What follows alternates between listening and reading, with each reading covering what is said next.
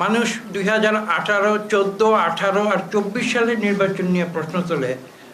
আমি দুঃখিত, মানুষ কেন 2009 সালে 8 সালের যে ডিসেম্বরের যে নির্বাচন সেটা নিয়ে কেন প্রশ্ন তোলে না? সে 1/11 যে পরিকল্পনা, রাজনীতিকীকরণ, সেই সমস্যা আমি আজকে কিন্তু আবার নতুন করে দেখতে পাচ্ছি। আমাকে ক্ষমা করবেন। আমরা দেখতে পাচ্ছি তার একটি ইঙ্গিত আজকে নতুন করে এখানে চলে এসেছে। যদি সেটাই হয় তাহলে আজকে আমরা যে প্রশ্ন নিয়ে এখানে আলোচনা করতে এসেছি, কেমন প্রার্থী চাই, সেগুলো কিন্তু সব ভেস্তে যাবে।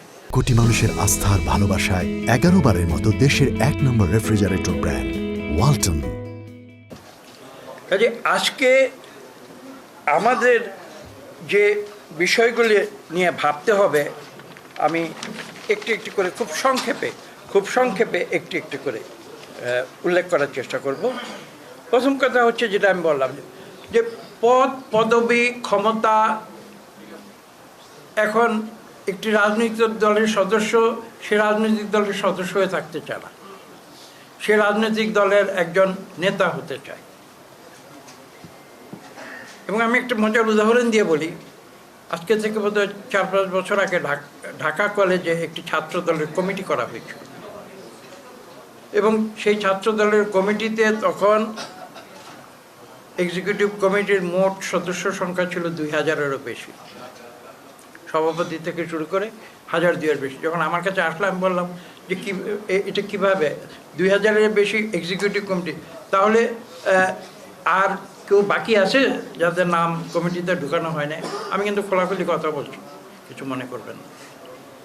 আমি প্রশ্নটি করেছিলাম, এক্সিকিউটিভ কমিটির সদস্যর সংখ্যা যদি 2000-এর উপরে হয়, তাহলে কি আর কেউ বাকি আছে কোনো ছাত্র কলেজে যা বিএনপি করে, যাদের নাম সেই কমিটিতে ঢুকানো হয় নাই? তো এখন এটাই হচ্ছে সমস্যা, পদবি। এমপি অনেকে বলেছেন ইতিমধ্যে, আমি সেটাই মনে করিয়ে দিচ্ছি, অনেকে বলেছেন এমপি হতে হবে। আমার জীবনের মুখ্য হচ্ছে এমপি হতে হবে, মন্ত্রী হতে হবে, আরও উপরে অনেক কিছু হতে হবে। তো এইটাই যদি জীবনের মুখ্য হয়, তাহলে তো রাজনীতি আর জীবনের মুখ্য হবে না।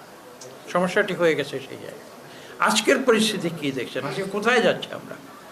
এত বড় একটা আত্মত্যাগের পরে জাতি, যেখানে আমি বলবো বাংলাদেশে নয়, বিশ্বে একটি ইতিহাস সৃষ্টি করেছে, তারপরে আজকে 6 মাসের মাথায় আমরা কোথায় এসে দাঁড়িয়ে?